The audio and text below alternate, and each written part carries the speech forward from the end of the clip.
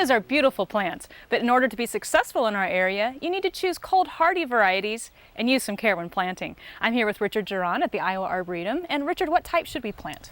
Well, azaleas basically are a type of rhododendron. They shed their leaves in the fall of the year. There are hundreds of varieties, and many are not really hardy in the Midwest, so you have to choose a variety very carefully. Some of the best varieties are from Minnesota.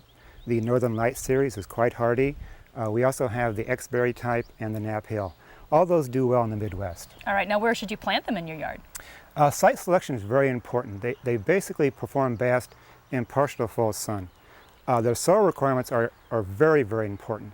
They require a well-drained soil. If you put these in a wet, poorly drained soil, they're very prone to root rot. It's basically a death sentence. They also need an acid soil. They prefer a pH around 4 to 5. Most garden soils in the Midwest vary from 6.0 to 8.0. So we have to lower the pH. And how do you do that? A good way to do that is to incorporate Canadian sphagnum peat.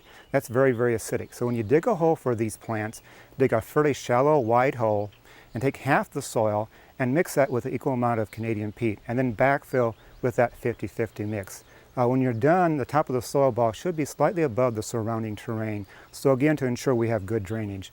And then go ahead and mulch with some wood chips, shredded oak leaves or pine needles. They tend to be acidic and they're going to help maintain that soil acidity. Okay, and what kind of blooms can we expect? They typically bloom around early to mid-May.